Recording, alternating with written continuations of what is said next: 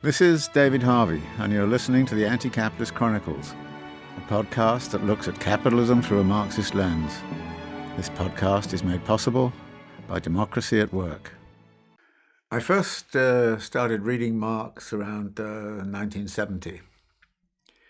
At first I found it very difficult, but step by step I got more and more confident that the kind of theoretical understandings that were coming from Marx were going to be very, very helpful to me in terms of the things that I really wanted to know about, which were questions of uneven geographical development, urbanization, and social change and social justice in general. And one of the things that happened during the 1970s was that I had some rather beautiful examples of what happens when there's an economic crisis and what its implications are for urbanization. So that in the mid-1970s, the New York fiscal crisis occurred, in which the New York budget was way out of whack. New York was close to declaring bankruptcy, and this was considered a major crisis for global capitalism because at that time New York City's budget was one of the largest public budgets in the world. It was bigger than the states like Norway or Netherlands or wherever. New York's budget was huge, and there was a threat of bankruptcy. And that threat of bankruptcy occurred in the fiscal crisis of 1975. And what usually happens when things go bankrupt is that the lender loses at least some of the money. They take what's called a haircut. But something interesting happened in 1975 in New York City, that the city's budget was taken over by the Municipal Assistance Control Board, Big Mac as it was became known. And Big Mac just basically sequestered all of the revenues from the property taxes and all the rest of it coming into New York, and took that money and then paid off the debt, the bondholders, and then whatever was left over then went to New York City so that New York City could use to render services and the like. The result was there was very little left over for New York services, and we started to see, that period of New York when the streets were dirty. There was deferred maintenance of almost everything. The subways and started to deteriorate, but nobody fixed them up. The streets had potholes. Housing was deteriorating, and so in the 1970s, New York was kind of a pretty dreadful kind of place, at least by some accounts. Actually, there's a bit of a nostalgia now for that period because at that time it was very easy to find a place to live. There were a lot of empty places. The rents were low. Landlords couldn't make a living, so landlords were selling out, and tenants were forming cooperatives, and so it was a kind of a city that was easy to find a place to live. So the crisis of 1970s was there, and the bondholders were not being hurt. The citizens were being hurt. So this became a kind of a rule that that when there's a conflict between bailing out the banks and bailing out the people, you choose to bail out the banks and you sock it to the people. So this principle was beginning to emerge in the 1970s, and I was trying to write about it using the tools that I was getting from reading Marx and all the rest of it, and I had a lot of good ideas about how to talk about this, but at the time it was very difficult to actually depict exactly what was going on. And then towards the end of the 1970s, we had this huge surge and spike in inflation. So the inflation was way up high, and to counter that inflation, Paul Volcker, the banker who just recently died, by the way, uh, pushed interest rates up to, I don't know, around 20, 21%, something of that kind. I mean, it was a tremendous shock to the financial system. And of course, these days it will seem extraordinary. For example, during that period, some of us were getting together and we were trying to convert an old library in Baltimore into a progressive action center space. And we needed money to do it. And we got a concessionary loan from the city at the remarkably low interest rate of 11%. 11%. Imagine paying 11% today, but 11% at that time was considered a concessionary rate. And so Paul Volcker sent the inflation rate up, which immediately, sorry, sent the interest rate up, which immediately then created a recession. The unemployment rate went high. So as Reagan came into power, of the Reagan election, so the unemployment rate was around 10%. So this period from about 1973 to 1982 was a period of massive economic problems. Now, sometime after that, towards the end of the 1980s, I realized that something else was going on in the economy, and I started try to analyze this from a Marxist kind of perspective. And I wrote a book at the end of this period called The Condition of Post-Modernity, in which I said, well, okay, we're now in a period of post-Fordism. The Fordist factories are closing down and they're being replaced by what I call systems of flexible accumulation. And I use the term flexible accumulation to describe what I was thinking. And I say, okay, we're in a post-Fordist era of flexible accumulation. So that's what I called it in 1989 with the publication of Condition of Postmodernity. And it was only around 2000 that I started to look back on what had been happening since 1975, and I connected the New York fiscal crisis with the revolution and coup of Pinochet in Chile, who overthrew the democratically elected socialist government of Salvador Allende and introduced a whole kind of new economic system, which was designed by the Chicago boys, and which at the time was kind of seen as the answer to the economic problems of the period, as represented by the New York fiscal crisis. So I had started to talk about this kind of economic transformation away from Fordism to flexible accumulation, and that's the way I depicted it. But by the year 2000, I realized that actually it would be much better to talk about it in terms of neoliberalism. And it was only in 2005, when I published a book on the brief history of neoliberalism, that looking back, I could actually interpret what had happened in terms of a turn towards neoliberal politics, neoliberalization of everything through privatization, through the transformation, and through the organization of market processes, through the liberation of finance, to go to wherever the profit rate was highest.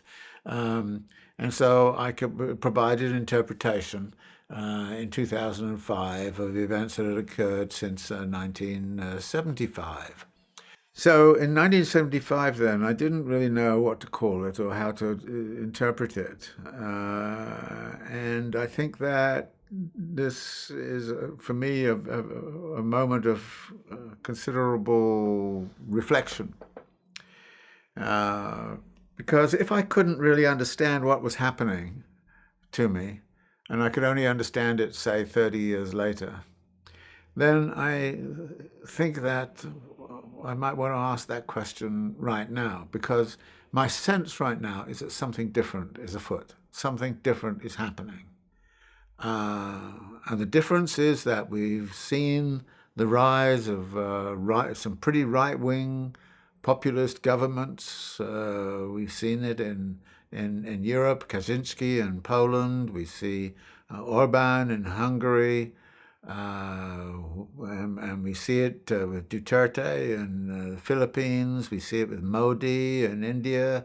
We see it with Bolsonaro in Brazil. So we're seeing a lot of right-wing populist style governments emerging and populist movements of the right emerging. So that is something which is new for this period.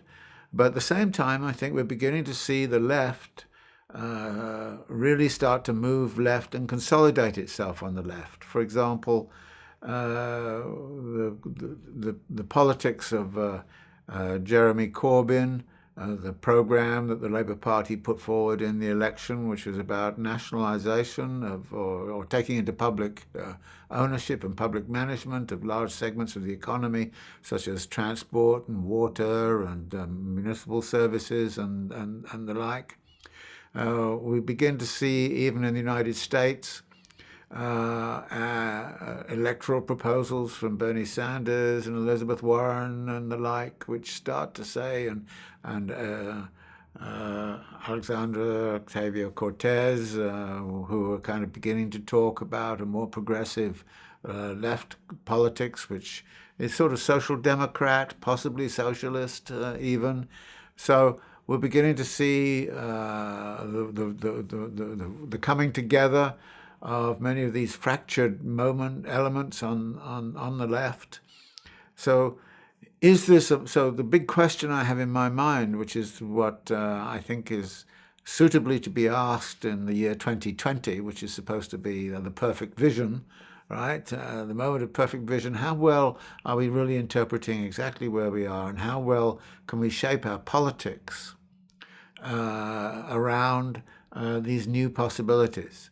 I don't think, for example, that the rise of these right-wing populist movements, and we see it in Europe as well, I don't think it's the case that signals that we're in for a movement towards that in general without any resistance on the left. I think actually what we're beginning to see is the emergence of a left-wing left-wing politics, which is very much about trying to revitalize democracy. Now, here we have, however, another kind of issue. I am convinced that mass of the population now recognizes that the kind of economic model which dominates in our society is no longer doing anything at all to satisfy the wants, needs, and desires of the mass of the population. So that there is a demand for some serious economic adjustments. Now, those adjustments, economic adjustments, could be made from the left or they could be made from the right. In this regard, I think what's happening in Poland is very significant. So there's in Poland, I think the politics of the Law and Justice Party under Kaczynski are exemplary and worthy of thinking about, because this is a political party that is intensely nationalist, Polish nationalist. It is authoritarian, it is socially conservative, and it is capable of violent suppression of freedoms of the press and human rights in general. But at the same time, it also is establishing a very strong social security structure in which people can envisage a minimum income and he's also this is also organizing the economy so that there's full employment and good wages and the like. In other words, what is going on in Kaczynski, with Kaczynski and Poland, is something which is what we would call traditionally National Socialist.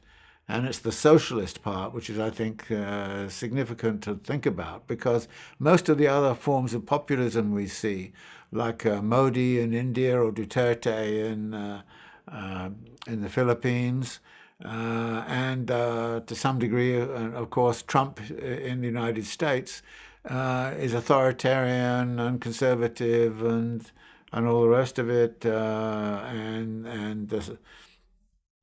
nationalist, without being, however, socialist.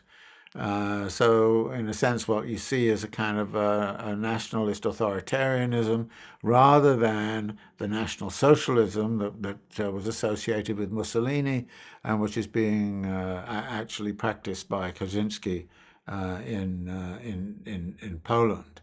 So if this is the case, then it would say that the left has a tremendous opportunity right now, because if the question of the reorganization of the economy becomes significant, then that economic reorganization along socialist lines. So it's possible then to have a socialist program, which I think would be quite popular. I think it came as a bit of a shock when the Labour Party in Britain proposed taking back all of these sectors of the economy into public management and public ownership. And most of the financial press mocked it immediately and said, "Oh, that's stupid. Nobody's going to go for that." But then it turned out the polls started showing that everybody thought this was a good idea. So there is out there a constituency that kind of says the good organization of public services, the good organization of delivery of social security, pension rights, and all the rest of it, a good organization of that sort is something that the public would support. And we see in Chile a movement of constitutional reform, which is along those lines as well. So if that is the case, then this is a moment where actually socialist programs at the economic level become very significant. And here there is another question which is very important in terms of the mobilizations, because a lot of the mobilizations have been about increasing democratic participation. And now this is the political side, and the increasing political participation sometimes these days occurs around the idea of autonomy. So we've seen strong autonomy movements in Catalonia. We see in Hong Kong a very strong kind of autonomy movement there, which is, I think, a very significant. Both of those are very significant movements.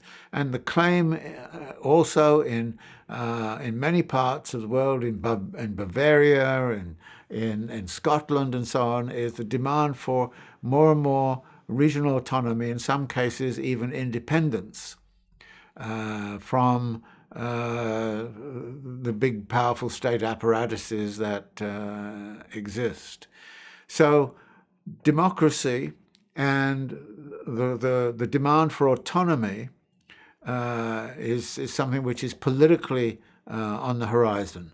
I am not convinced that autonomy is a good idea, particularly if it turns out to be the kind of autonomy which is about separatism and about closing off and becoming nationalist and localist at the same time. So the left then, I think, can actually win significant support by going to the point of saying we want more democratic systems of participation and governance. That is generally lacking, and I think most people would accept that there's what might be called a democratic deficit in pretty much anywhere in the world right now, and that enhancing democratic structures and democratic forms of governance and democratic forms of participation, along with an economic program which is about the delivery of use values and delivery of services, the decommodification of fundamental aspects of daily life, that we should abolish this habit of turning education into a commodity. We should decommodify healthcare. We should even decommodify certain aspects of housing provision, and at a certain point decommodify basic foodstuff supply, so that we can actually get away from this whole kind of question of the continuous expansion of the system because of profit making by having non-profit sectors of the economy which are organized around delivery of adequate services, adequate well-being, and adequate healthcare, education, and the like to the mass of the population, along with the organization of more democratic forms of governance. Now, I'm not sure I'm right about that, but I think it's crucial. And I don't want to find ourselves in a situation where in 25 years we'll look back on the current situation and say, we didn't understand it right. I didn't understand it right in 1975, and it took me till 2005 to really understand it right. And that is too long of a time lag, and we have to get much better in our terms of understanding. Now, it could be, and this is my hopeful side of things, it could be that actually the reason why I was so long in understanding what was going on in 1975 was because I didn't really command Marx very well at the time. It was only in the 1990s that I think, really understood my Marxian theory much, much better, and therefore I was able to write the book on the brief history of neoliberalism with a much, much better command of Marx's thinking in the background. And this is then, I think, an educational question of how can we actually educate people more and more into the kind of theoretical way of understanding that Marx pioneered, and which is still of great utility today. And is there a way we can improve our theoretical apparatus so that we're much better situated to make instantaneous judgments about where we are today and where we might go immediately with the politics. My sense right now is that we are at a conjuncture in which the economy is not going to be able to be revitalized except by printing more money, which only exacerbates that problem, the problem of accelerating monetary aspects and the demand for more and more viable forms of accumulation.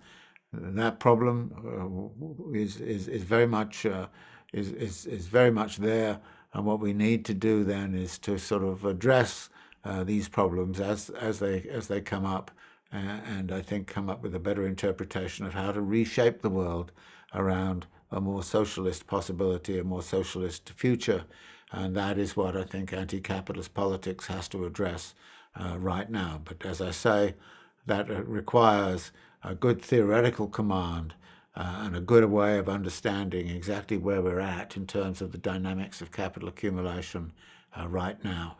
And this is, if you like, the proper way to think of how the world is going to be with 2020 vision in the year 2020. Thank you for joining me today. You've been listening to David Harvey's Anti-Capitalist Chronicles, a Democracy at Work production. A special thank you to the wonderful Patreon community for supporting this project.